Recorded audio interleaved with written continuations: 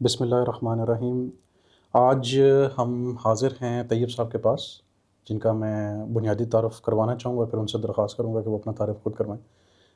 तैयब साहब जो हैं वो इस वक़्त एरोवोल्ट के नाम से एक कंपनी है सोलर की, जिसको ओन करते हैं, और इस वक़्त जो है वो इन्होंने एक नया मार्केट में ट्रेंड भी सेट किया। इनकी मार्केटिंग एक्टिविटीज़ बहुत आला किस्म की हैं, और मैं तो इनसे इंस्पिरेशन भी ले रहा होता हूँ और कुछ सीख भी रहा होता हूँ। और जब से मैंने इनकी वीडियोज़ देखी हैं, मैं तो इनके पीछे पड़ा हूँ अपने एडिटर से मिलवाएँ। तो ये एडिटर भी खुद ही हैं, बाकी तारुफ़ ये खुद करवाते हैं। तो तैयब साहब। जी, अस्सलाम वालेकुम। मेरा नाम तैयब नियाज़ है। आप मुझे तैयब काठिया के नाम से भी जानते होंगे। काठिया एक कास्ट है। 2007 में मेरे वालिद साहब दुबई म्यूनिसिपैलिटी के साथ काम कर रहे थे। वहाँ उन्होंने सोलर सिस्टम्स को देखा कि कैसे काम कर रहे हैं। तो पहली इंपोर्ट 2008 में हमने सोलर सिस्टम्स की पाकिस्तान के अंदर। तब छोटे लेवल के पैनल आते थे, 50 वाट, 100 वाट, 150 वाट तक आते थे। फिर आहिस्ता आहिस्ता वाटेज बढ़ती चली गई। बारकैफ तब हमारी कंपनी का नाम था ऑल्टरनेट एनर्जी सिस्टम, जो अभी भी एग्जिस्ट करती है। ये उसकी एक पेरेंट कंपनी हमने एरोवोल्ट प्राइवेट लिमिटेड के नाम से बनाई है। तो तैयब साहब, मैं आपसे ये पूछना चाहूँगा कि एरोवोल्ट जो है बेसिकली क्या सर्विसेज़ फ़राहम कर रही है इस वक़्त पाकिस्तान में? किन शहरों में आप काम कर रहे हैं? और आप बेसिकली किस तरह के सॉल्यूशंस प्रोवाइड करते हैं? अच्छा, एरोवोल्ट जो है वो ईपीसी कंपनी है। हम थ्रू आउट इतने साल से जो काम कर रहे हैं वो ईपीसी का ही ज़्यादा है था। और हमारा सेक्टर जो है वो बेसिकली तो हम कैपिटल में काम कर रहे हैं। उसके अलावा हम चारों सूबों में काम कर भी चुके हैं और आइंदा भी कर रहे हैं। हमारे पास प्रोजेक्ट्स इन हैंड अल्हम्दुलिल्लाह ऑलरेडी हैं। तो ये जो आप बड़े प्रोजेक्ट्स कर रहे हैं, इस पे आपके पास किस तरह की रिक्वायरमेंट आ रही है, या आप किस तरह के डायनामिक्स समझते हैं? जब आपने काम शुरू किया था तब से और अब तक कितना फ़र्क पड़ गया है तकरीबन लोगों की, आप कह लें कि सेंस ऑफ एक्सेप्टेबिलिटी में सोलर की, और वो जो उसकी तशरीह करते हैं उसके बारे में? मैं आपको किसी और की मिसाल देने से पहले अपनी मिसाल देता हूँ। मेरे वालिद साहब ने मुझे एक मोबाइल चार्जर ला के दिया, इतना सा था ग़ालिबन। तो उन्होंने कहा ये आप धूप में ले जाओ और अपना मोबाइल इसके साथ कनेक्ट कर लो। तब वो नोकिया का मोटी पिन वाला चार्जर आता था। तो ये कनेक्ट करो तो आपका फ़ोन चार्ज हो जाएगा। बट आई वाज़ लाइक कि जी इट्स नॉट पॉसिबल।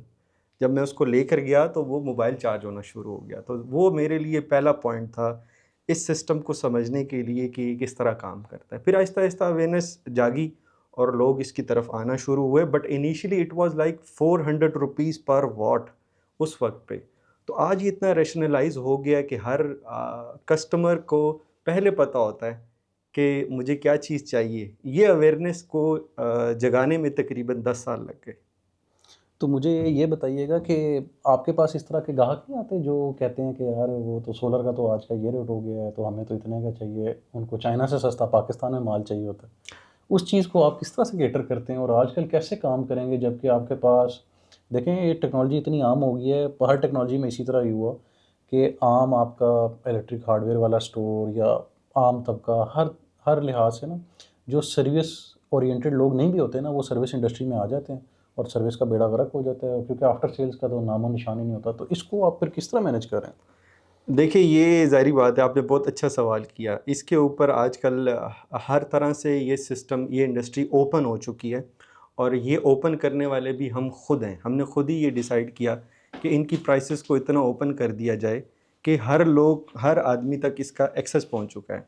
अब जो आपने बात की, क्लाइंट हमारे से पहले से पहुंचा हुआ होता है, हमारे पास रेट्स लेके, उसके पास ये एक्सेस आ चुका है। बट कहने की बात यहाँ पे ये है कि अगर एक सोलर पैनल है, उसके ऊपर अगर 1 रुपये पर वाट अगर आप कमा रहे हैं, तो आपको मैं एग्जांपल देता हूँ। अगर 600 वाट का पैनल है, तो हम उसके ऊपर 1 रुपये वाट कमा रहे हैं, तो हमने 600 रुपये उस पैनल पे कमा लिए। बट उसके इव्ज़ जो हम वारंटी दे रहे हैं आप लोगों को, that is 12 years product warranty, और 25 से 30 साल उसकी सेल की वारंटी है। अब आप मुझे बताएं, आप ये 12 साल को ही डिवाइड कर ले 600 रुपये पे, तो पर ईयर आप कितने पैसे कमा रहे हैं, उसके एवज़ आप कितनी बड़ी रिस्पॉन्सिबिलिटी ले रहे हैं। अगर तो आपने वारंटी क्लेम्स लेने हैं तो डेफिनेटली ईपीसी कंपनी या ट्रेडिंग कंपनी, उनके मार्जिन्स होंगे तो ही वो आपको क्लेम दे पाएंगे। अदरवाइज़ जिसने क्लेम नहीं देना, उसको 600 रुपये की बजाय 200 रुपये भी बचे तो उसके लिए बुरा नहीं है। अच्छा, ये तो बड़ी बेहतरीन आपने बात की। अब सोलर पैनल का आपने ज़िक्र किया तो मैं पूछना चाहूँगा कि पैनल आप कौन-सा यूज़ कर रहे हैं? जिंगली को आप कैसे जानते हैं? फिर मैं अपना तारुफ़ बाद में करवाऊँगा। आपने पहली मर्तबा जिंगली को कब यूज़ किया? और आने वाले प्रोजेक्ट्स के एतबार से आप क्या समझते हैं? यंगली को हमने बैक इन 2010 इस्तेमाल किया। मेरी याददाश्त के मुताबिक यंगली 3 साल continuously number one solar panel रहा। तब ये 185 से 230 वाट तक के पैनल बनाते थे, और इसी तरह 200 रुपये या 250 रुपये पर वाट तकरीबन पर पैनल हुआ करता था। और वो पैनल अभी तक सक्सेसफुली अल्हम्दुलिल्लाह जिन साइट्स पे लगाए थे वो चल रहे हैं। टियर 1 होने की वजह से वैसे भी उसका अच्छा नाम था। और अभी हमारा ये है कि जैसे यंगली ने 3.0 में 700 प्लस इंट्रोड्यूस ऑलरेडी करवा दिया, और 800 वाट के ऊपर वो वर्किंग कर रहे हैं, उसको कमर्शलाइज करेंगे। होपफुली इंशाल्लाह आने वाले प्रोजेक्ट में हम इसको प्रमोट भी करेंगे। अगेन मैं आपको इसमें पॉइंट आउट करता चलूँ कि सबसे इम्पॉर्टेंट चीज़ इसके अंदर आफ्टर सेल सर्विसेज हैं। आया जो भी प्रोडक्ट आप चूज़ कर रहे हैं उसकी आफ्टर सेल सर्विसेज होना ज़रूरी है। मैं आपको मिसाल देता हूँ, हमने एक जर्मनी का इन्वर्टर इंपोर्ट कर लिया, हमने लगा भी दिया, उसके अंदर इशू आ गया। अब इशू आया तो उन्होंने कहा ये आप दुबई भेजेंगे, वहाँ से आपको क्लेम हो जाएगा, बट भेजना और मंगवाना ये आपकी रिस्पॉन्सिबिलिटी है। तो ये बहुत बड़ा चैलेंज बन गया। नो डाउट प्रोडक्ट अच्छी थी, लेकिन आफ्टर सेल सर्विसेज मैटर है। अच्छा, आपने जो सर्विस की बात की है ना, इससे मैं बड़ा मुतासिर हूँ, क्योंकि ना हम सोलर पैनल का जब काम करते हैं, हमारे पास अक्सर लोग सर्विस के एतबार से सवाल पूछते हैं कि जी ख़रीदारी तो हम कर रहे हैं जिंगली की, कल को कोई क्लेम आएगा तो हम किससे रब्ता करेंगे? रिटेलर से, दुकानदार से, ईपीसी से, इंपोर्टर से, या हमसे? तो उनको तो हम बिल्कुल यही यकीन दहानी कराते हैं कि आपने डायरेक्ट कंपनी से रब्ता करना है। और ऑब्वियसली फिर हम हमारा पूरा प्रोसीजर हम चेक करते हैं, आपने किससे माल ख़रीदा था, इंपोर्टर कौन था, पूरी इनवॉइस वगैरह उसमें चेक होती है। लेकिन सर्विस बड़ी मैटर करती है किसी भी ब्रांड में। आप अगर लोकल मार्केट की भी एग्जांपल ले लें, वो ब्रांड जो मार्केट में आए लेकिन किसी भी वजह से वो अच्छी सर्विस नहीं दे पाए, या उनकी आफ्टर सेल्स जो है वो तगड़ी नहीं थी, वाइप आउट हो गए।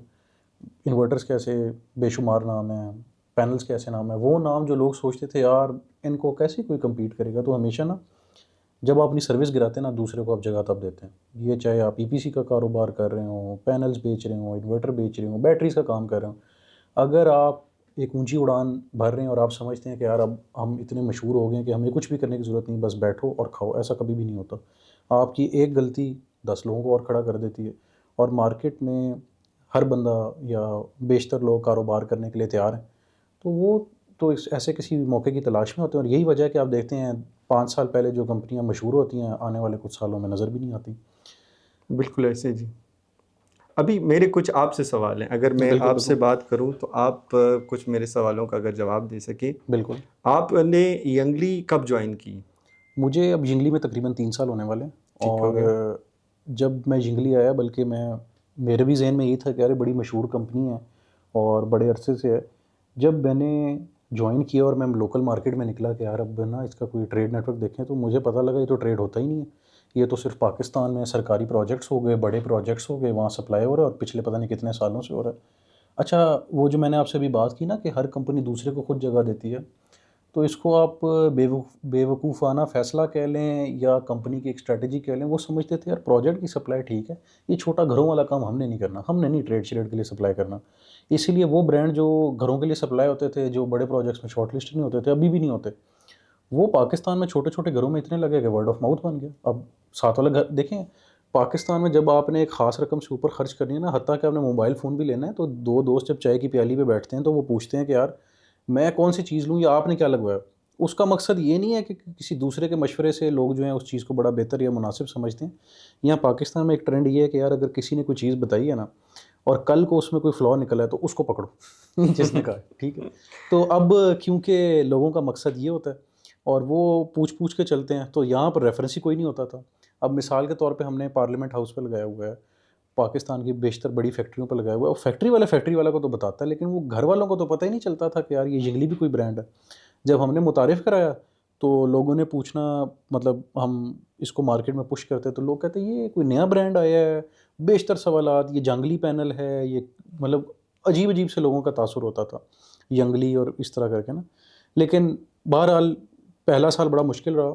हमने काफ़ी जदोजहद की, लोगों को रिजल्ट्स दिखाए। अभी भी मैं बल्कि स्क्रीन के ऊपर प्रॉम्प्ट करूँगा, अभी एक कस्टमर ने शेयर किया है, उसने गुडवी के इन्वर्टर के साथ हमारा पैनल लगाया है और वो 9.8 किलोवाट के सोलर पैनल है, जैसे कि आप स्क्रीन पे देख रहे हैं, और उनकी प्रोडक्शन 10 किलोवाट से ऊपर आ रही है। अच्छा, लोग कहते हैं ये क्या 100% तो कैसे क्रॉस कर गई, ये कोई दुनिया में कोई 100% एफिशिएंट मशीन नहीं है, तो आपका पैनल कैसे इतना ऊपर आ गया? तो मैं लोगों को यही गाइड करता हूँ, भाई जो बाईफेशियल पैनल है ना, उसके बैक ग्लास से गेन आता है। अच्छी चीज़ होगी वो गेन देगी। जैसे हाइब्रिड गाड़ी है ना, उसका काम है कि बैटरी को किक इन करे, खाली पेट्रोल पे ना चले। तो उसका काम है कि वो बाईफेशियल गेन दे। जब वो गेन देता है तो लोगों को रिजल्ट नज़र आता है, फिर वो कहते हैं यार ये तो बड़ी बेहतरीन चीज़ है। जो तो उसकी ये पॉजिटिव टॉलरेंस है, आप उसके बारे में बात कर रहे ऐसे हैं। ही, तो वो जब गेंद देता है तो लोगों को फ़ायदा होता है, लेकिन उसके लिए भी फिर कुछ प्री रिक्विजिट्स हैं, एलिवेटेड लगाएं, वाइड सरफेस हो, इन्वायरमेंट अच्छी हो। लेकिन देखने का मकसद ये था कि जब ये सारे फैक्टर पूरे हों तो कुछ करता भी है या सिर्फ ये ऑन पेपर ही है, तो वो चीज़ तो उसने प्रूव की। तो ये एक थोड़ा सा हमारा जर्नी था जो कि बड़ा मुश्किल था, और उसके अलावा लोगों का जो फीडबैक था। लेकिन अभी मामलात बहुत बेहतर हैं। अभी हाल ही में 12 मेगावाट एक टेक्सटाइल मिल पे, 4 मेगावाट का अभी इफ्तिताह करके आए हैं। 4 मेगावाट उसके अलावा एक माशाल्लाह। और स्टील मिल के ऊपर है। फिर स्टील मिल बेशुमार हमने की। तो ये पिछले 1 साल में हमने कमर्शियल प्रोजेक्ट बहुत ज़्यादा किए। अच्छा साद साहब, आपने ये तो बात बता दी कि जो आपने काम कर रहे हैं मुझे, बट इस बारे में भी बताएं कि 3 सालों की जर्नी है आप लोगों की, जो आपने रिस्टोर किया अपने आप को। तो पहले साल, दूसरे साल और तीसरे साल के अंदर आपकी क्या सेल्स थी? और इसी तरह मेरा ये सवाल हर कंपनी से होता है कि आपने सेल लेट सपोज 100% इंक्रीज़ की या 200% इंक्रीज़ की, तो क्या आपने अपनी आफ्टर सेल सर्विसेज टीम भी इसी तरह इंक्रीज़ की या नहीं की? अच्छा सर, आपने ना आफ्टर सेल्स की बात की। बेसिकली अगर तो कोई ऐसा प्रोडक्ट हो ना, जैसे आप इंस्टॉलेशन करते हैं उसमें मसाइल आ जाते हैं, या इन्वर्टर्स हैं उनमें मसाइल आते हैं, उसमें तो रिपेयर का ऑप्शन होता है ना। सोलर पैनल में तो रिपेयर का ऑप्शन है ही नहीं ना। शीशा खुल गया, नमी आ गई, वो तो बेकार हो गया ना, वो तो रिपेयर हो ही नहीं सकता, कोई चांस ही नहीं है। तो इसमें आफ्टर सेल कैसी हो सकती है कि हम रिप्लेस करेंगे। अच्छा, उसमें भी हमारा पूरा एक वारंटी डॉक्यूमेंट है। मैं यहाँ पर उसका ना एक वो शेयर कर दूँगा इसी उसमें ना, वीडियो में, कि वो है क्या चीज़। बाकी किसी को चाहिए मुझसे मेरे ईमेल पे रब्ता कर ले, ईमेल भी यहाँ शेयर कर दूँगा। हमारा प्रोसीजर है, 12 साल की प्रोडक्ट की वारंटी है, 30 साल की उसकी परफॉर्मेंस वारंटी है, और वो मैं फिर बाद में एक्सप्लेन कर देता हूँ कि इसका क्या मतलब है। अगर तो उस दौरान कोई मसला आता है प्रोडक्ट वारंटी में या परफॉर्मेंस वारंटी में, तो सीधी-सीधी रिप्लेसमेंट है, और रिप्लेसमेंट का बड़ा बुनियादी तरीका है। आप मुझे ईमेल करें, अपना मसला बताएँ, या और सर्विस जो हमारा ईमेल है उस पे भी ईमेल करना है। वो चेक करते हैं, गेज करते हैं मसला कहाँ पे दरपेश है। उसके बाद वो कहते हैं ठीक है रिप्लेसमेंट ले लो। और मेरे ख़्याल से अभी तक हमने जो रिप्लेसमेंट दी है ना, वो कस्टमर की गलती से ही पैनल का मसला था। उसने मारा था फोक लिफ्टर अपने पैलेट में, हमने फिर भी रिप्लेस कर दिया। यार एक पैनल से क्या ही फ़र्क पड़ता है। लेकिन वो अगर गुड, कोई गुड। हो ऐसा कस्टमर जो कारोबार करता हो, उसकी भी वजह बताता हूँ क्यों। और कंपनी ने पैसे दे दिए इंपोर्टर को, वो अपना ठीक है। पैनल लेके चला गया। और अभी भी रिसेंटली इसी तरह का मसला आया था, उसने ना तार गलत लगाई। 17 एम्पेयर करंट है, 4 mm की तार लगाई हुई है, और वो 700 वाला पैनल था। चलिए, वो उसको फिर मैंने आपसे बाद कुछ में सीख के चला वो गया। मैंने उसको फिर बाद में गाइड भी किया कि 6 mm की लगाओ, और लेकिन रिप्लेस कर दिया। अब मसला सही, सिर्फ ये बना हुआ है, वो जीएसटी वाला।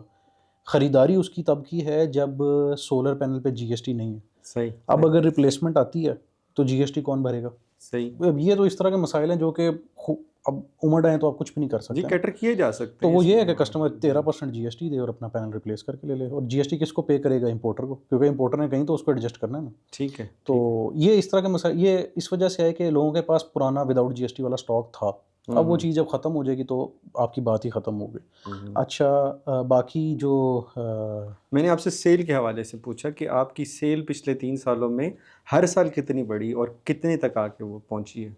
अच्छा सर, सेल हमारी, मैं आपको जैसे बताऊँ, बड़े प्रोजेक्ट्स की सप्लाई अलग है, मैं सिर्फ ट्रेड की बात करता हूँ। जी, जी, जी। सिर्फ ट्रेड, जी, प्रोजेक्ट्स जी। तो बिल्कुल अलग जी, चीज़ है। जी। हमने जब शुरू किया ना, तो हम ट्रेड की तरफ आना चाह रहे थे। हमने पहली सप्लाई दी 50 मेगावाट की। वो ठीक है, 6 महीने लग गए बिकने में। उसकी ठीक है। वजह क्या है? लोगों की एक्सेप्टेबिलिटी ना, जो सुनते हैं वो खरीदते हैं। बिल्कुल सही। समझाना, लोगों को गाइड करना करते करते थोड़ा टाइम लगा। अगले साल उससे डबल हुआ। अभी तो बहुत अच्छी सेल है हमारी, मतलब अब कंटेनर्स आई जा रहे हैं, रेगुलर आ रहे हैं। सही, अब उसमें सही, किसी किस्म की कोई दिक्कत नहीं है। सही, सही। और दूसरी चीज़ मैं जो आपको बताना चाह रहा था ट्रेड के हवाले से, वो ये कि जब हम ना महंगे हैं, अच्छा। लोग हमसे या हमारे इम्पोर्टर से सवाल करते हैं, भाई जिंगली कोट किया हुआ है, ये तो सस्ता होना चाहिए। वो यार वो चाइना से ही सस्ता नहीं देते। हमारी कंपनी की पॉलिसी है, वो कहते हैं जी सरकारी कंपनी है, अच्छा। हमने बाकी कंपनियों की तरह जानबूझकर नुकसान पे नहीं बेचना। कॉस्ट पे ले लो, नुकसान पे नहीं बेचेंगे। अच्छा, दैट्स गुड। आज से ना चंद साल पहले जब हमें हमारी मैनेजमेंट ने बताया कि यार ये तो नुकसान पे बेच रहे हैं ना, तो हम कहते थे यार इस तरह थोड़ी होता है। मुझे इंपोर्टर भी कहते थे यार तुम ऐसे ही कहते हो, नुकसान पे कोई कारोबार करेगा? सही, सही। वो अल्लाह की करनी ऐसी हुई, 2 साल भी नहीं गुजरे, इंपोर्टर खुद माइनस में बेचने लग गए। अच्छा, जब इंपोर्टर माइनस में बेचता था, ईपीसी कहता था यार ऐसे थोड़ी होता है, पागल है लोग जो माइनस में बेच रहे हैं, ये ऐसा कुछ नहीं होता, उनको इसमें भी पैसे बच रहे हैं। फिर ईपीसी के साथ ये हाल हुआ कि वो अपने कस्टमर को कोटेशन दें, मिसाल के तौर पे 10 किलोवाट की 10 लाख, मार्केट में आगे बंदा 8 लाख की दे रहा है। वो जाके अपने कस्टमर को समझाएं सर ये तो मुमकिन ही नहीं है, पता नहीं माइनस में बेच रहा है, कोई मजबूरी होगी। फिर उसको एंड यूज़र के कि यार वो पागल है। बस आपकी ये बातें हम वैसे डायरेक्टली समझ सकते हैं, जो आप बातें कर रहे हैं हमें हाँ, समझ है इन चीज़ों की तो बिल्कुल। लोग कहते थे वो पागल है, ये इस तरह थोड़ी होता है, कोई माइनस में क्यों बेचेगा, कोई वो अपना कारोबार बंद करे, अपना ठिया बंद करे। हर कोई अपना ठिया नहीं बंद कर सकता। लोगों को पता है आज मंदी है, चल कल बेहतरी भी आ जाएगी। दूसरा ये जिसका काम ही इससे चल रहा है या शनाख्ती ये बन गई, वो कहाँ जाएगा? अब मैं इतने सालों से जिंगली बेच रहा हूँ मिसाल के तौर पे, करने को मैं कंपनी चेंज भी कर सकता हूँ, मुझे और भी कंपनियों ने जो है वो कहा, लेकिन मैं खुद सोचता हूँ यार वो बड़ा मुश्किल हो जाता है। फिर लोग कहते हैं यार ये इस बंदे की ज़ुबान नहीं है। इसी तरह जब आप कारोबार को एकदम से तब्दील करते हैं ना, लोग करते हैं, डाइवर्सिफाई करना कोई बुरी बात नहीं है, लेकिन छोड़ के कहीं और जाना, आपके पुराने कस्टमर सारे ख़राब होते हैं। तो अपनी लेगेसी को कंटिन्यू करना, मंदी को बर्दाश्त करना, ये हर बंदे की बस की बात नहीं है। बहरहाल क्योंकि हम चाइना में महंगे हैं, तो पाकिस्तान में फिर मुकाबला होता है, फिर यहाँ सिर्फ क्वालिटी की गेम है। हम अपने ब्रांड को सिर्फ क्वालिटी की बुनियाद पे बेच रहे हैं, सस्ता मस्ते वाला कोई चक्कर ही कोई नहीं है। हमें कस्टमर अक्सर कहते हैं यार भाई ये सस्ता होना चाहिए, इंपोर्टर कहता है मैं तो अब नुकसान में नहीं बेचूंगा। और दूसरा ये हम पाकिस्तान में दे रहे हैं लिमिटेड स्टॉक, प्रोजेक्ट ओरिएंटेड, और कोशिश यही है कि जो लोग क्वालिटी वाला माल चाहते हैं सिर्फ उनको जंगली सप्लाई दी जाए। हमें कोई शौक ही नहीं है भाई टेरावाट्स या बिल्कुल छा जाएँ आगे, ज़रूरत क्या है? क्योंकि अब हमें और बाकी कंपनियों को भी आहिस्ता-आहिस्ता समझ आ रही है, टोटल गेम है सप्लाई डिमांड की। जितनी डिमांड है उतनी सप्लाई दें, अच्छा काम करें, साफ़-सुथरा काम करें, कोई ज़रूरत नहीं रश डालने की, बेहतरीन चलेगा निज़ाम। ये तो आपकी बहुत अच्छी पॉलिसी है, अगर आप इसके ऊपर पूरा उतर सके तो। And wish you best of luck. अब मेरा आपसे एक बड़ा तल्ख सवाल है, और I hope you don't mind. ये बैंकरप्सी क्या होती है? कोई भी कंपनी, जो भी सोलर पैनल मैन्युफैक्चरर हैं, इनके बारे में अक्सर सुना जाता है कि जी बैंकरप्सी के करीब पहुंच रही है, या हो गई है, या हो जाएगी। इस चीज़ को थोड़ा सा क्लियर करें लोगों के लिए। इसको मज़ीद सर तवील कर लें कि आप किस तनाज़ुर में पूछना चाह रहे हैं, ताकि मैं सारी बात जो है ना वो देखिए, क्लियर कर दूँ। मुझे मुझे मुझे हमारी इंफॉर्मेशन के मुताबिक यंगली जो था, हुँ, वो 2013 या 14 में बैंकरप्सी के करीब पहुंच गया या हो गया था। हुँ, इसकी क्लैरिटी तो चले किसी ने नहीं दी, लेकिन हमारे सुनने में यही आता है, क्योंकि हम यहाँ से बैठ के जो खबर हमें मिलती है हम इसके मुताबिक ही बात करते हैं। बेहतरीन। अच्छा, तो सर ये थोड़ा-सा बताता हूँ बैंक्रप्सी होती क्या है, और पहले मैं जंगली से शुरू करता हूँ, या बल्कि उसी तरह ही लेते हैं कि होती क्या है। बेसिकली होता ये है कि एक कंपनी है ना, जो पब्लिक लिस्टेड है, या कोई भी कंपनी है पाकिस्तान में पब्लिक लिस्टेड कंपनी होती है, वो अपने स्टेक होल्डर्स को जवाबदेह होती हैं, जिन लोगों ने शेयर खरीदे होते हैं उनको जवाबदेह होती हैं प्रॉफिट की, लॉस की। उन्होंने हर क्वार्टर में अपनी एक पब्लिक रिपोर्ट शाया करनी होती है, कारोबार कर क्या रहा है, लोगों का पैसा डूब तो नहीं रहा। सही। तो जो अपने कारोबार में मंदी है, या ये जैसे आजकल ब्रांड्स जो हैं वो नुकसान पे बेच रहे हैं धड़ाधड़, तो वो जब अपने इन्वेस्टर्स को बताएंगे कि हम नुकसान पे बेच रहे हैं, तो वो कहेंगे थैंक यू वेरी मच, आपके साथ काम करके बड़ा अच्छा लगा, हमने अपना नुकसान नहीं कराना, आप बनो नंबर 1, हमने नहीं बनना, हमें तो पैसे से मतलब है, सही। जितना सही। पैसा आ रहा है उतना कमाएंगे। और अब होता इसमें ये है, मैं मिसाल दे लेता हूँ, हम पॉलीसिलिकॉन के सबसे बड़े सप्लायर थे, 250-300 वाट तक जंगली छाया हुआ था, नंबर 1 था। जी बिल्कुल ऐसे। 2010-2014 का फीफा वर्ल्ड कप भी स्पॉन्सर किया, जी पहली बिल्कुल कंपनी है याद है। जिसने चाइनीज़ लोगो उसको पब्लिश किया ग्लोबल स्टेज पे। बिल्कुल ऐसे। और इसको चाइना का बिजनेस कार्ड भी कहा जाता था जिंगली को। क्यों? क्योंकि लोग चाइनीज़ फोटोवोल्टिक की इंडस्ट्री को जिंगली के नाम से जानते थे। बिल्कुल सही कह रहे पाकिस्तान में तो लोगों को जंगली के नाम से पता है। और हैं। तो अब सही। ये एक हो गया थोड़ा सा तारुफ। 2013 में इन्होंने सारी इन्वेस्टमेंट कर दी पॉलीसिलिकॉन पे, और उसमें हमारे मुकाबले पे एक हरीफ ने लॉन्च किया मोनोपर्क का पैनल, सही। तो वो छा गए। अब हमने सारी इन्वेस्टमेंट पॉलीसिलिकॉन पे की थी, जब पॉलीसिलिकॉन पे सारी इन्वेस्टमेंट की, लोग ऑर्डर शिफ्ट कर गए मोनोपर्क पे।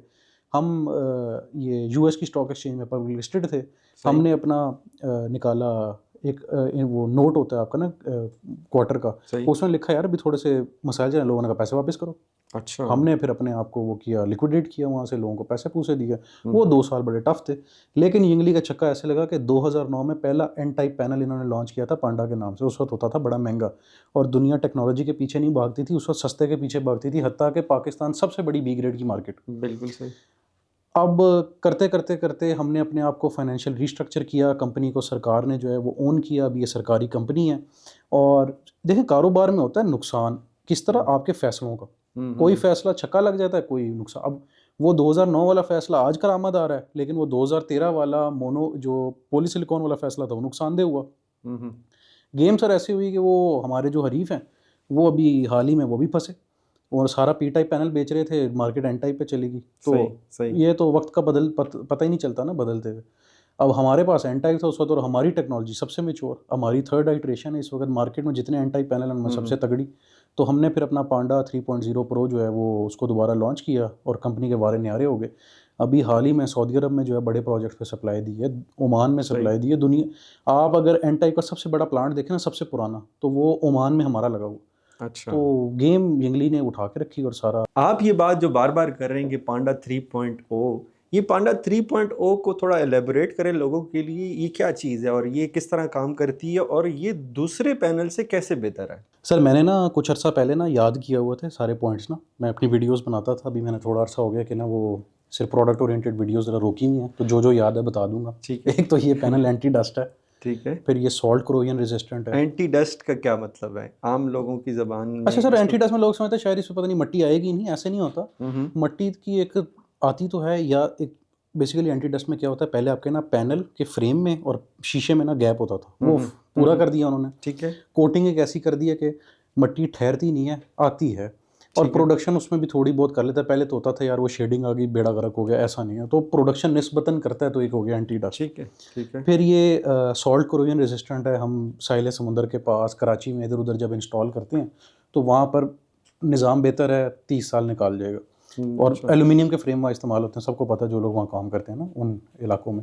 तीसरी चीज़ है कि ये एंटी पीआईडी है, पावर इंड्यूस्ड डिग्रेडेशन इसकी जो है ना वो नेग्लिजिबल के करीब है, और लाइट इंड्यूस्ड डिग्रेडेशन ज़ीरो, जिसको एलआईडी कहते हैं।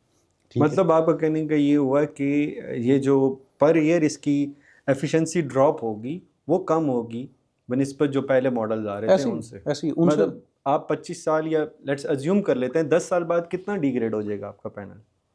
सर हमारी जो डिग्रेडेशन हम क्लेम करते हैं ना, पहले साल 1%, ठीक है। और उसके बाद हर साल डिग्रेड करके आप 87 या पता नहीं 89% के आसपास ना, एग्जैक्ट मैं आपको डाटा शीट शेयर कर दूंगा, उसे देख लीजिएगा। ठीक है। अब 90% के आसपास ही रहते हैं, यानी 10% गिराते हैं 30 सालों में। ठीक वो नहीं ख़त्म होता सर, 30 सालों में? हाँ 30 साल में नहीं ख़त्म होता। और अगली चीज़ ये कि आपके पास ये तो इनके कुछ फीचर्स आ गए। फिर हमारा अमोनिया रेजिस्टेंट है, पोल्यूशन होता है उससे बहुत बेहतर है, और एफिशिएंसी में बेहतर है। फिर प्रोडक्शन मैंने आपको सर पहले ही शेयर कर दी थी, बड़ी वीआईपी आती है। तो हर लिहाज से ना पांडा 3.0 प्रो सर है वो, और लोग लगा रहे हैं, इंस्टॉल कर रहे हैं, बड़े प्रोजेक्ट्स पे लग रहा है। कुछ वीडियोस यहाँ छोटे छोटे क्लिप्स ना बड़े प्रोजेक्ट्स के इसी पॉडकास्ट के बैकग्राउंड में मैं चला दूंगा, लोग वो भी देख लें। ठीक है। तो अभी इसकी अच्छा, ये तो आपने बहुत अच्छी फीचर्स बता दी, जैसे एंटी डस्ट है या उसके जो बाकी फीचर्स हैं इस हवाले से, लेकिन मुझे ये भी बताएं कि इसकी रेंज क्या है, ये कहाँ से कहाँ तक वेरी कर रहा है?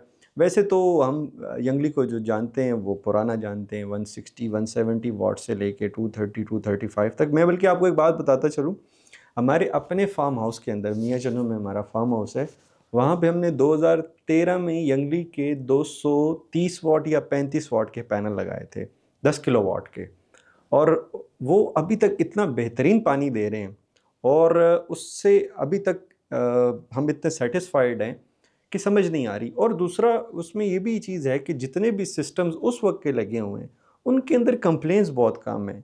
अभी जितने भी नए सिस्टम आ रहे हैं इसके अंदर कहीं ना कहीं बहुत जल्दी जो है ना वो कंप्लेंट जनरेट हो जाती है। अब इस चीज़ की हमें समझ नहीं आती कि आया ये क्या क्या वजह है, कि किस वजह से जो है ना सिस्टम के अंदर प्रॉब्लम आना शुरू हो जाती है। आया 2015 के बाद जब नेट मीटरिंग आई है तो उसके बाद तो बेतहाशा सिस्टम्स लग गए। बल्कि अब यहाँ पे एक और चीज़ मैं आपको ऐड कर देता हूँ कि जो हमारी इंफॉर्मेशन के मुताबिक पाकिस्तान के अंदर 27 गीगावाट के सोलर पैनल 2024 तक इंपोर्ट हो चुके हैं, जिसमें रजिस्टर्ड नेट मीटरिंग की वैल्यू वो 6 मेगावाट या 5 मेगावाट के करीब है। बाकी कुछ ऑफ ग्रिड सिस्टम्स भी हैं।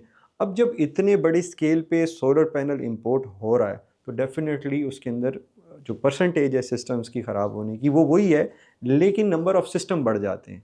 लेट सपोज पहले 10 सिस्टम बेचते थे तो एक प्रॉब्लम है, अब अगर 100 बेच रहे हैं तो 10 प्रॉब्लम्स क्रिएट हो जाएंगी। आपसे फिर मैं वही सवाल वापस लाता हूँ कि आपकी रेंज क्या है, आप कहाँ से कहाँ तक मॉड्यूल मैन्युफैक्चर कर रहे हैं, और आने वाले टाइम में आपने जिक्र किया था कि हम 800 वाट भी लॉन्च करने जा रहे हैं। उसके लिहाज से मेरे आपसे 2 सवाल हैं। एक सवाल ये है कि 800 वाट के ऊपर जो जाएगा उसका साइज़ और एफिशिएंसी क्या होगी? दूसरा, उसके जो एम्पेरेज होंगे या वोल्टेज होंगे वो रेजिडेंशियल या कमर्शियल सिस्टम्स के इन्वर्टर को सपोर्ट करेंगे या नहीं करेंगे? मैं सर आपको ना पहले रेंज बता देता हूँ जो हमारे पास ना सोलर पैनल्स की है। सबसे तो 450 440 वाट वाला पैनल है। उसकी अच्छी बात ये है कि वज़न कम है, इस्तेमाल उसका बेहतर है। पूरी दुनिया रेजिडेंशियल में वही इस्तेमाल करती है सिवाय पाकिस्तान के, जिसके बारे में लोग हंसते भी हैं कि पाकिस्तान वाहिद मुल्क है जहाँ सबसे जो आपके पास लेटेस्ट टेक्नोलॉजी होगी ना, सबसे पहले लोगों को अपने घरों पे चाहिए और सबसे बड़ी वोल्टेज चाहिए। सही। रिगार्डलेस आप ये देखें कि इन्वर्टर कंपनीज़ को बड़े एम्पेयर वाले इन्वर्टर जल्दी मुतारिफ कराने पड़े पाकिस्तान में, हाई वोल्टेज सीरीज़ लॉन्च क्यों? लोग 700 750 इस तरफ जाना शुरू हो गए और यहाँ पर 500 वाली सीरीज़ इतनी जल्दी ऑब्सोलीट हुई है, अब 600 और 700 जो है ना वो ट्रेंड है। तो हमारे पास ना 4 वर्जन है पांडा में।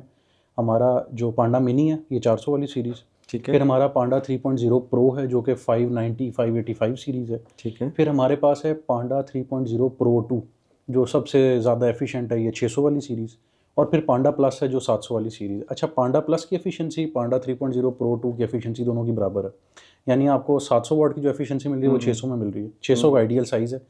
580 वाला एक स्टैंडर्ड साइज़ है मार्केट में जो चलता है जी 9045। ठीक है। उसके बाद आपके पास 600 वाला सीरीज़ है वो 9445 है। 700 वाला है 9750। अब आपने पूछा जी 800 का क्या बनेगा? ये हमारे यहाँ पाकिस्तान में स्टैंडर्डाइज़ किया हुआ है जी, ये स्टैंडर्ड होना चाहिए साइज़ का। क्यों? आपकी फैक्ट्रियाँ लगी हुई हैं L1 L2 वाली, वो फ्रेम बना रहे हैं धड़ाधड़, जी जी। अब वो पीछे ऑब्सोलीट होता जा रहा है वो साइज़। आगे स्टैंडर्ड सर 9750 चलेगा या ये 9445 चलेगा। अच्छा। 9045 ख़त्म हो जाएगा क्योंकि या तो उन बड़ी वोल्टेज कमर्शियल में चाहिए। 800 वाला तो इसी साइज़ पे होगा, ये 700 वाला एक्सीड मैं करेगा। इसको इस तरह समझ सकता हूँ कि आप एक सेल ऐड कर रहे हैं, एक सेल की रो ऐड कर रहे हैं, या वो आप कॉलम में उसको ऐड कर रहे हैं। किस तरह ऐड कर रहे हैं कि वो आप उसकी विड्थ बढ़ा रहे हैं या उसकी लेंथ बढ़ा रहे हैं? इसी तरह ही हम एक लाइन सेल्स की बढ़ा सकेंगे। सर वो ठीक है, या तो आप इस तरह भी कह सकते हैं कि हम वो बढ़ा रहे हैं, लेकिन खाली ये मकसद नहीं है। आपके पास फ्रेम की थिकनेस भी तो बेहतर होगी ना। अब 33 मिलीमीटर का आपका फ्रेम है, बाकी वैसे आपके ठीक पास है। 30 मिलीमीटर होता था। ठीक है। हर लिहाज से 700 वाला बहुत बेहतरीन चीज़ है, लेकिन बस अच्छा। हैंडलिंग का मसला है यहाँ पर। आपको पता है वो यहाँ लेबर हैंडल करती है पाकिस्तान में, बाहर लोग ज़रा मशीन्स का इस्तेमाल करते हैं, वो टेक्नोलॉजी ओरिएंटेड लोग चलते हैं। तो सही। ये हमने अब खुद देखना है कि इसको किस तरफ लेके जाना ठीक है है। चीज़ों को। ठीक है। लेकिन मैं यही कहूँगा कि सर ये 17 एम्पेयर वाले का फ़ायदा ये है कि अर्ली स्टार्ट ठीक है। आपको जल्दी मिल जाता है, एम्पेयर ठीक ज़्यादा है। है ना, और लेट प्रोडक्शन मिलती है रात को। 600 वाले में भी ऐसा ही है, ठीक है। उसका तकरीबन 14.5 एम्पेयर के आसपास करंट है, लेकिन ये 17 एम्पेयर वाला तो बड़ा तो बेहतरीन चीज़ मतलब है। आपके जितने भी पैनल हैं वो अभी तक के जितने भी पाकिस्तान के अंदर इन्वर्टर मौजूद हैं उनको सपोर्ट करते हैं? सर सबके साथ कंपैटिबल है, हमारी तो सारे इन्वर्टर वाले ब्रांड्स के साथ दोस्ती है। जिसके है। साथ जहाँ प्रोजेक्ट लगता है उसको बुलाते हैं, बैठते हैं, गपशप करते हैं, इफ्तिताह करते हैं, ठीक है। और हम तो सबको सपोर्ट करें, बल्कि हम इन्वर्टर वालों से कहते हैं यार आप लोग थोड़ा सा दिल बड़ा करें ठीक है। और हमारे पैनल्स का भी जो है वो साथ, क्योंकि देखें हम तो हम सबको साथ लेके चलते हैं। ठीक है। तो बिल्कुल ठीक है। बाकी इन्वर्टर वालों से भी दरख्वास्त करूंगा यार कोई पोस्ट वोस्ट शेयर कर दिया करें, हम सबके साथ करते हैं। ठीक है। तो वो लोग ज़रा कतराते हैं कि नहीं, यार नहीं, बिल्कुल तो बिल्कुल ये ऐसे। बड़ा ज़रूरी है कि एक दूसरे को साथ लेके चलें और लोगों तक मुतारिफ करें, क्योंकि आपके इन्वर्टर की प्रोडक्शन हमारे पैनल की वजह से बेहतरीन आ रही है। तो फिर ये तो दोस्ती का जो है वो जी हक जी तो अदा करना चाहिए। बिल्कुल ऐसे। अच्छा, अब इस गुफ्तगू को अगर मैं समराइज़ करूं तो मुझे ये बताएं कि 3 साल में आपने जितनी भी मेहनत की, हमें नज़र भी आई, आपने बहुत सारे इवेंट्स भी किए, बहुत सारी अवेयरनेस दोबारा यंगली के लिए लोगों के लिए आपने बनाई। मुझे अच्छी तरह याद है आपने E11 में भी एक इवेंट किया, अभी आप एक इवेंट लाहौर में करने जा रहे हैं। आप काफ़ी स्प्रेड आउट कर रहे हैं मार्केट के अंदर दोबारा से। बट मेरा सवाल आपसे ये है कि अगर साथ नहीं है यंगली के अंदर तो यंगली कहाँ खड़ा है? कुछ पता नहीं है, जैसे आपने अपनी गुफ्तगू में कहा कि जी मेरे पास ये ऑप्शंस अवेलेबल हैं कि मैं यहाँ से मूव कर सकता हूँ। तो अगर साथ मूव कर जाएंगे तो फिर उसके बाद यंगली को कौन रिप्रेजेंट करेगा, और इस तरह इतनी मेहनत से इस ब्रांड को खड़ा करने में क्या यंगली का अपना रोल भी है या सिर्फ इसके अंदर साथ का अपना रोल है? ये एक इम्पॉर्टेंट सवाल होगा मेरे ख्याल में। अगर मैं कंज्यूमर हूँ तो मैं ये सोच समझ के फ़ैसला लेना चाहूँगा कि कंपनी कहाँ खड़ी है और इनके रिप्रेजेंटेटिव ये कहाँ पे खड़े हुए हैं। हाँ तैयब साहब, ये तो कोई टेंशन वाली बात ही नहीं सर। हमारे से पहले ना बड़े बड़े जय्यद हुक्मरान गुजरे हैं जो सोचते थे कि अगर हम इस दुनिया में नहीं ना रहे तो पता नहीं दुनिया का क्या बनेगा। मैं तो एक बड़ी सी कंपनी में अदना सा मुलाजिम हूँ, तो उससे कोई सही है। फ़र्क नहीं पड़ता। मैं जो भी जिंगली ने अभी तक कामयाबी हासिल की है उसके पीछे जिंगली की अपनी पॉलिसी, जो कि मैंने आपको पहले बताया कि भाई बहुत ज़्यादा सप्लाई, ओवर सप्लाई नहीं करना, रेट मुस्तहकम रखना और अपने कस्टमर्स को साथ लेके चलना, वो कंपनी की पॉलिसी है। मैं ज़्यादा से ज़्यादा क्या कर सकता हूँ, लोगों तक उनका पैगाम पहुँचा सकता हूँ जो कि मेरी मुलाजमत का हिस्सा है। और मैं सिर्फ जो मुझे जिस ओहदे के लिए, जिस काम के लिए रखा है, जी उस जी काम को बखूबी निभा रहा हूँ। जी जी। बहुत मुमकिन है कि मैं ना भी हूँ तो कोई मेरे आने के बाद मुझसे बेहतर लोग यहाँ पर हों। अच्छा, सही। दूसरा जो है, मैं नहीं जा रहा सर कहीं, मैंने आपको बताया मुझे लोगों ने जो है जी वो जी। मुझसे रब्ता किया, दरख्वास्त की कि आप आ जाएँ, लेकिन मेरा दिल नहीं मानता, मुतमईन नहीं होता। उसकी हम्म। वजह ये है कि देखें सर, चलती नैया को चलाना बड़ा आसान है, बाकी ब्रांड चल रहे हैं, मैं जी उसमें ऐसे जाके ही। क्या ही कर लूँगा जी ऐसे ही है। या क्या इजाफी चीज़ लाऊंगा? कुछ भी नहीं, वो चल रहे हैं, मैं बैठ के बस मौज मस्ती है। यहाँ पर लगता है ज़ोर जी बोर्डों का। ऐसे ही है, तो बिल्कुल ऐसे ही। बहुत मुश्किल सॉरी। काम है लोगों को कन्विंस करना। और जितनी भी अच्छा आपका प्रोडक्ट क्यों ना हो, अगर वो मशहूर नहीं है, लोग नहीं खरीदते। ऐसे ही है, बिल्कुल तो ऐसे ही बस उनको समझा रहे हैं, लोगों को लेके चल रहे हैं, तो मुझे तो मज़ा आता है इस काम में, क्योंकि चीज़ अच्छी है, लोगों तक है। पहुँचा रहा हूँ और मेहनत भी लगती है, मज़ा भी बिल्कुल, आता है। आपकी डेडिकेशन हमें नज़र आती है, इवेंट्स के हवाले से हो या कहीं भी हो। साद भाई की ये बात बड़ी मशहूर हो चुकी है ओ नहीं नहीं सर। कि कहीं कोई पैनल जा रहा होगा यंगली का तो साद भाई के पास उसका एक एविडेंस ज़रूर मौजूद होगा कि जनाब ये देखें, ये हमारी सप्लाई जा रही है। ये डेडिकेशन है। इसी तरह मैं आपको अपनी मिसाल देता हूँ। 4 साल, साढ़े 4 साल मैंने भी एक कंपनी में बीच में काम किया अपनी लर्निंग के लिए। कुछ हालात ऐसे हो गए कि हमने ये फ़ैसला किया, तो वहाँ पर मुझे बड़ी अच्छी तरह याद है कि जो ओनर थे, बल्कि वो यंगली के इंपोर्टर भी हैं भी और रहे भी, उन्होंने ही इंट्रोड्यूस करवाया था यंगली को पाकिस्तान के अंदर। तो उन्होंने मुझे एक स्लिप बना के दी। उस स्लिप के ऊपर टोटल 12 डिस्ट्रिक्ट्स थे पंजाब के। तो उन्होंने कहा यहाँ से शुरू करो और देखो कि यहाँ से क्या रिज़ल्ट आता है। उस वक्त हमारे पास डीसी पंप होते थे सेल करने के लिए। एक नया डिपार्टमेंट बना था, एक नई प्रोडक्ट आई थी, हमारे हवाले की गई। मुझे, मेरे साथ एक और मेरे कोलीग थे, हम दोनों निकले और हमने पहला सफ़र जो उस काम के लिए किया वो 1600 किलोमीटर का था। हम इस्लामाबाद से निकले और रहीम यार ख़ान तक गए, वहाँ से हमने वापस आए लाहौर और लाहौर से इस्लामाबाद तक। ये हमारा रूट जितना बना। मकसद कहने का ये है कि डेडिकेशन है ना, तो फिर आपको अल्लाह ताला की तरफ से कामयाबी मिलेगी मिलेगी, इस बात का यकीन होना चाहिए दिल के अंदर। और इसी तरह फिर हमने जब उसको खैराबाद किया बड़े अच्छे तरीके से, तो अल्हम्दुलिल्लाह वो भी खुश थे और हम भी खुश थे। एक चीज़ को हमने बिल्ड किया। बहुत शुक्रिया साद, आपने टाइम दिया और ये एक यंगली के बारे में इंफॉर्मेशन लोगों तक पहुंचाई। और मैं उम्मीद करता हूं कि हमारे साथ साथ और भी बहुत से लोग आपके साथ अटैच होंगे। बट आपसे वादा हमें जो चाहिए वो ये है कि अपनी तरफ से आपने बेस्ट सर्विसेज लोगों को प्रोवाइड करनी है। आपके इंशाल्लाह। प्रोडक्ट के अंदर कोई इशू नहीं है, लेकिन आपकी सर्विसेज मैटर करेंगी। अभी तक तो कहीं कोई कंप्लेन हमें नज़र नहीं आई, लेकिन ये है कि आप इंश्योर करेंगे कि लोग इससे फैसिलिटेट हों। लोग बहुत, आपने जो शुरू में बात की थी ना कि जी वो सस्ता मिल रहा है तो वो ये इतने का दे रहा है, वो उतने का दे रहा है। प्रॉब्लम यहाँ पे नहीं है। प्रॉब्लम ये है जिसने इस मार्केट के अंदर रहना है ना, उसको सर्विसेज देनी पड़ेंगी। इन एनी केस, वो इन्वर्टर्स हों, वो पैनल्स हों या ईपीसी कंपनी हो, कोई भी हो, आपको सर्विसेज प्रोवाइड करनी पड़ेंगी, तो ही आप मार्केट के अंदर रह सकेंगे। बहुत शुक्रिया साद आपके टाइम का वंस अगेन। और उम्मीद करता हूँ कि हम अपनी अगली पॉडकास्ट बहुत जल्दी करेंगे एक नई प्रोडक्ट के साथ और कुछ नई इन्फॉर्मेशन के साथ आप सबके साथ इंशाल्लाह शेयर करेंगे। बहुत शुक्रिया। Thank you. अल्लाह हाफिज़।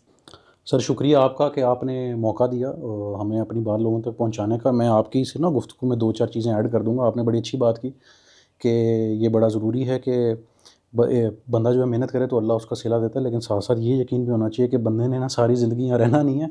तो आप हो या ना हो, आपके होने से कोई फ़र्क नहीं पड़ता, क्योंकि और कितनी उम्र लोगों की रह गई है, एक ना एक दिन सब ने चले जाना।